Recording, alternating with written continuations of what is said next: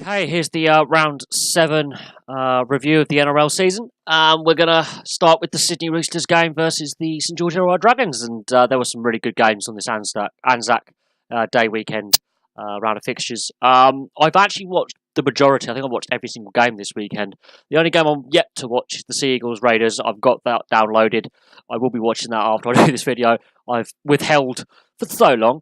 But let's get going, shall we? So the Roosters have beaten the Dragons 20 points to 10. This Roosters side, yeah, they look formidable. And apart from that opening round defeat to the Rabbitohs, where they had to bed in some new players and work some new combinations out, they've been pretty intense. They've beaten the Storm. They are possibly the best side in the competition. The way they're playing, in the last couple of games, they've had some youngsters in. They've had a few players injured. They've had some youngsters come on and do really, really well. Latrell Mitchell is a superstar player. The Dragons, they've got some injuries. Of course, the Jack de Belin situation as well. So they're missing some key players like Gareth Widdop and Corbin Sims, two other big losses. And they've got 3 captains on the field. That's got to be a bit head scratcher. Who's actually the leader on the field? They come up short. It was actually a lot closer than the scoreline suggests. The Dragons, in the second half especially, really stepped up. Gave the Roosters a good run for their money, but the Roosters had enough of a cushion there from their first half performance, which started early with Latrell Mitchell leading the scoring. And who's going to stop these Roosters? They're carrying on last year's form. They've been one of the most consistent sides since I've been watching the NRL. They continue to be so. I think these are the favourites for the comp this year, and they can go back to back, and that hasn't been done for a very long time. The Melbourne Storm New Zealand Warriors, a lot closer than I thought it would be. The Storm were given a game by the Warriors. They were really pushed all the way, winning by a point. They won 13 points to 12. The Storm are looking human. They look far better when they're leading a game by 10, when they grind out the lead, they win the arm wrestle. But when you actually attack them with pace and put them under pressure, they don't look as competent, they don't look as comfortable, and they were made to work and sweat for this 13-12 win. They've had a lot of close games this season. They're not blowing sides out, they're not winning by 20, 30 points. They're winning by a handful of points here or there. And against the Roosters, they lost by a point. This is becoming a very regular thing with the Storm. While they are one of the best sides in the competition, they've still got Cameron Smith leading them. They're not blowing sides out. They are vulnerable. And the Warriors showed up the vulnerabilities that the Roosters exploited. So the way to beat the Storm is to make them chase the game. Very close game. They had to, use all their grit and determination to get through. The Warriors, I fear this is going to be a problem for the Warriors. They're going to be close in a lot of games and actually come up short. In attack, we know what they are in attack. It's their defence, but they didn't concede many points this weekend. But it was a close game, and I think they would have wanted to have raced into a lead and forced Melbourne to come out and play. Melbourne don't like chasing games, as proven by this one. The Bulldogs, North Queensland Cowboys, these are 2 of the worst teams in the competition. The Canterbury Bulldogs this time round, when they conceded points, their heads did not drop. They stayed in the game. They didn't panic when things started to go wrong in the game. And actually, they were the far better side. The North Queensland Cowboys, there are some serious issues there. The forward pack is heavily reliant on Tamalolo being fit. He should be back for this weekend's fixtures in round 8. They are missing Jonathan Thurston as a leader. And some of the senior players seriously need to step up for the North Queensland Cowboys. And there is a lack of leadership. There's a lack of direction. The Bulldogs, their young players look good. As the talent on the Bulldogs goes, the future is very, very bright. It's getting that talent to work together, to gel, and to learn from their defeats. They've had some bad defeats this season. Are these 2 sides going to win the comp? Probably not. History would suggest no. Are they going to make finals football? It's an outside bet because there's a lot of sides at the bottom half of the table now, all on 4 points. It's getting very congested both at the top and the bottom. So there is a chance that, yes, the rate they can score, if they can keep up this consistency and build some momentum, absolutely. But they are a young side, they are an inexperienced side. That did show at times, even though they won by 24 points to 12. North Queensland Cowboys, they've had a really poor start to the season. In fact, all 3 Queensland sides have. All 3 Queensland sides are stuck on 4 points. This was a bad defeat for the Cowboys. And they've had some bad defeats this season. There are some squad depth issues with the Cowboys. The Bulldogs, they have no squad depth because it's all kids basically and a few senior players. The thing is, can they build momentum from this win? Can they win a couple in a row? Just give themselves a bit of a platform to build upon. Momentum means a hell of a lot in a league which has only got 16 teams. Momentum can carry you a long way. And the Bulldogs at times looked brilliant to watch. They had some great passing moves, off the cuff moves, set plays, some great moves in there, some great play. But at the same time, there are some still defensive issues and some leadership issues, and they will learn. So the Bulldogs' future is bright. This season's going to be difficult. It's going to be a learning season, but hey, getting a win is important for the confidence, and confidence can take you a long way as well, as can momentum. Let's see if they can build on that in the next round. Now we get to a side that has really disappointed this season in Penrith. They're at home and they lose to the South Sydney Rabbitohs. They lose 18 points to 22 at home. Now the Rabbitohs aren't playing necessarily the most fluent rugby, but Wayne Bennett has to be pleased that the team aren't playing fluently and as best at their potential, and they are still winning. The Panthers are losing games like this. They're losing tight, contested games. They're playing scrappy, they're not being fluid, they're not being fluent, and they're not putting their authority on a game. They have one of the most talented squads you can possibly imagine, and they're coming up short. And this could be a long season for Penrith. If they can't get this squad that they've assembled to function and gel and play well, it's going to be a long season. Canterbury, right? Young, inexperienced side, 4 points. Penrith, very experienced side, very talented side, not doing much better, in the competition. The Rabbitohs don't have to play well to win. That's the sign of a good side. The Rabbitohs, the Roosters, the Storm, these sides don't always play well and they win.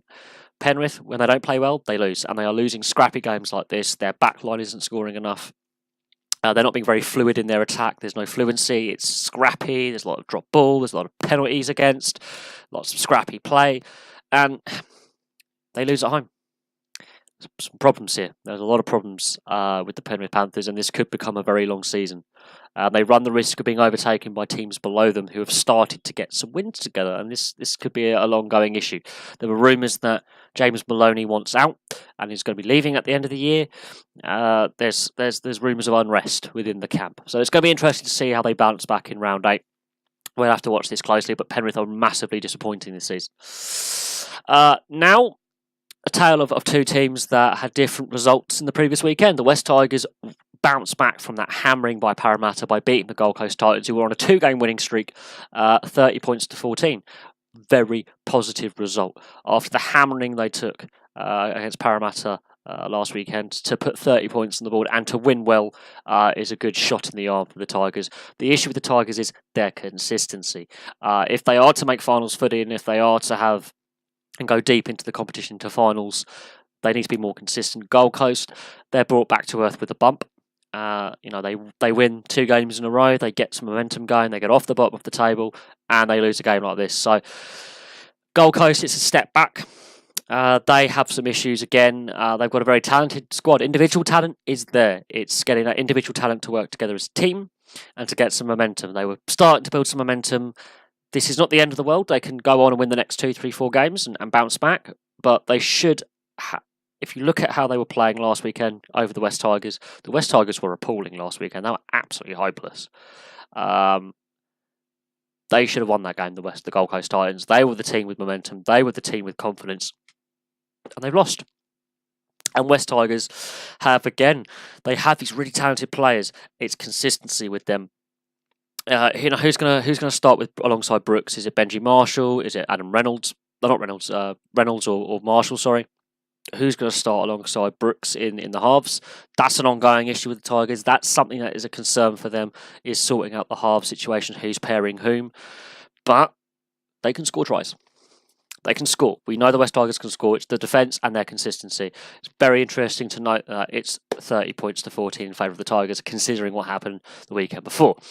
The Brisbane Broncos get a massive boost with a 29 points to 6 win over Cronulla. The issue with them is their consistency, much like the West Tigers. They win one week, lose the next. they're not scoring enough points with the talent they have. They have one of the most talented squads in the competition. Brisbane have been absolutely atrocious this season. They had one win up to this point. They were on a very lengthy 4 or 5 game losing streak. They weren't playing well. They come in at home and they get a result. And they scored points. And their defence defended. Their defence worked. This is one-off game. They have to repeat this. Get a couple of wins together, get 2-3 wins together. Otherwise, it is just a flash in the pan and it's a one-off. We could say some of these results are a one-off, but if you look at the form guide, teams like the Roosters, the Storm, the Rabbitohs, they've been winning games. Canberra losing closely to the Sea Eagles. They're not getting, when the 2 games they've lost, they haven't lost badly. The other games they've won, they played really well.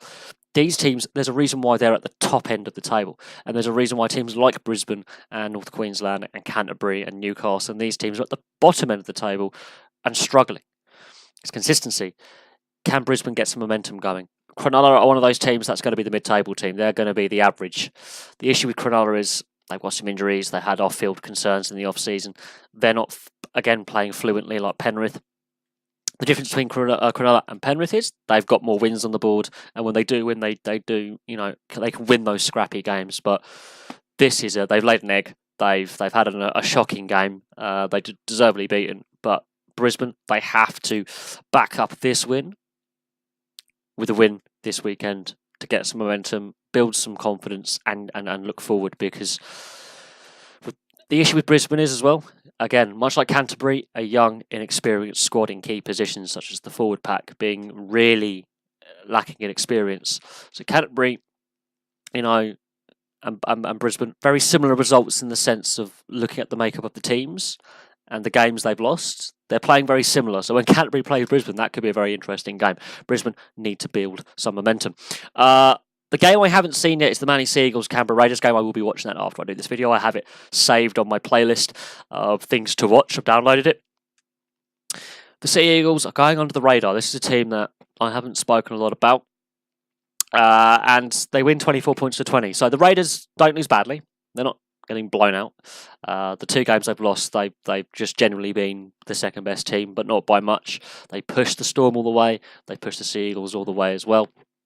They've had a very, very good start to the season, very unexpectedly good start to the season. Dark horses. And the Sea Eagles are going onto the radar.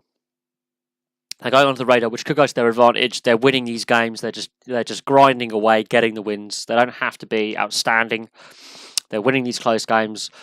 I think that's their most points they've scored in a game this season as well, so that's a positive for the Sea Eagles. Defensively, they will not be happy with conceding 20 points. That's a concern for the Sea Eagles. The Raiders, they will be frustrated that they lost a game, that their winning streak came to an end. But you've got to look at some of the wins the Raiders have had in that winning streak. You've got to lose sometime. There is no harm in losing to a side like the Sea Eagles, who've got some momentum going and are a solid side. There's no shame and there's no harm in it. I will be watching this game. I think the Raiders will be disappointed that their streak has come to an end. The Sea Eagles, they're slowly chipping away. They're slowly climbing the table. How long can they keep doing it? That's going to be interesting. And when they do hit a team like the Roosters, the Rabbitohs, or the Storm, and they lose, how do they bounce back from that? How do they, get the momentum going again? Because they've lost a few games, but they've started to pick up this momentum, as I say. But when they come up against a rampant Roosters, for example, who are, let's say, free-flowing, Latrell Mitchell and others, running these lines and scoring tries, how are they going to cope with that? That's going to be interesting in adversity when they do have a heavy defeat, how they bounce back. But they are going onto the radar. They are chipping away. They're a solid, if not outstanding side. They are a side to watch and watch out for. They've gone very much under the radar this season. The Raiders, they will bounce back. They've had an outstanding start to the season.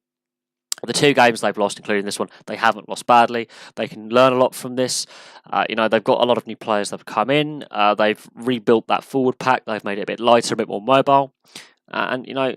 Sutton and Bateman, they're used to the Super League. This is a different style of rugby league. It's a bit more physical, a bit less skill, but they are skillful forwards. They're fast, they're mobile, they can play 80 minutes.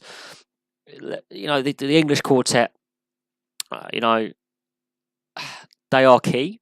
They are international. Sutton isn't the international one, but he wants to get into the England and GB side. There's a lot of internationals in that 4-pack for the Raiders. I expect them to bounce back. It's a tough loss to take, but there we go. For me, the game of the weekend, the game that I enjoyed the most, while the Roosters, the way they play is outstanding. The way the Bulldogs played was brilliant. The Newcastle Knights' second win of the season against the Parramatta Eels. This was a result that I was not expecting. Not only did the Knights win, they won well, and they won by 14 points, which is something else I wasn't expecting looking at the form guide and how the Knights played. The Knights wanted this more. They were physical. They were in the Eels' face from the first minute. They did not allow them to settle. They did not allow them to get their plays going and to boss the game. The Eels put 51 points past the West Tigers in round 6. They could only manage 14 points against the Newcastle Knights, a side that were on this long losing streak of, five games at this point, a 5-game losing streak. The Knights were there for the taking. The Knights showed up. Mitchell Pearce had a very controlling game. All the players stepped up. Every single player put their hand up for a shift. The back line really put an effort in. Kalen Ponga is an underrated talent. While he's not quite at Latrell Mitchell levels yet for that young talent, he could be like Latrell Mitchell in the fact that he can play fullback, he can play in the halves, he could end up being a centre as well. He is a very fleet of foot player, instrumental in getting the Knights going. Mitchell Pearce had a great game. I am critical of Mitchell Pearce, and I have been for a very long time. I'm not a huge fan of Mitchell Pearce. I'm not going to hide that fact, but his game, brilliant today. He is in a battle with Mitchell Moses for an Origin shirt. He won that battle. Mitchell Moses was dominated. Mitchell Pearce was a physical dominance. He was making tackles that forwards would make. He was making some big one-up tackles, man and ball tackles, big physical hits, and being dominant. And the Newcastle Knights were dominating the contact area and the ruck. The Parramatta Eels, I don't know how much emotion they left on the field last week, how much that took out of them, but they weren't at their best. They were convincingly outplayed. This was the game of the weekend. I suggest if you haven't seen it and you've got it on playback, watch this game. If you've got it on the NRL website and you paid for it, watch this game. This game was, for me, the game of the weekend. While the Roosters' performance and the Bulldogs' performances were great, and the tries they scored were amazing, and the Newcastle Knights, a team that's been under the spotlight, they win the first game of the season, lose all the others, they drop to bottom in the table. That result was amazing to watch, and it was a great way to finish the ANZAC round. The best game out of the lot that I've seen, and I've watched a lot of the matches this weekend. Really impressed with the Knights. Teams that I'm disappointed with, Cronulla, very disappointing. North Queensland, they are really having a nightmare of a season, and they are sinking rapidly. The Penrith, they're another team that's disappointing me with the talent they have at their disposal. But I think the Knights is the performance of the weekend. So there we go. Thank you very much for watching. Please like and subscribe. Place your comments below. We'll have the round 8 preview coming up. Thank you very much for watching. And I'll have some more videos for you very, very soon.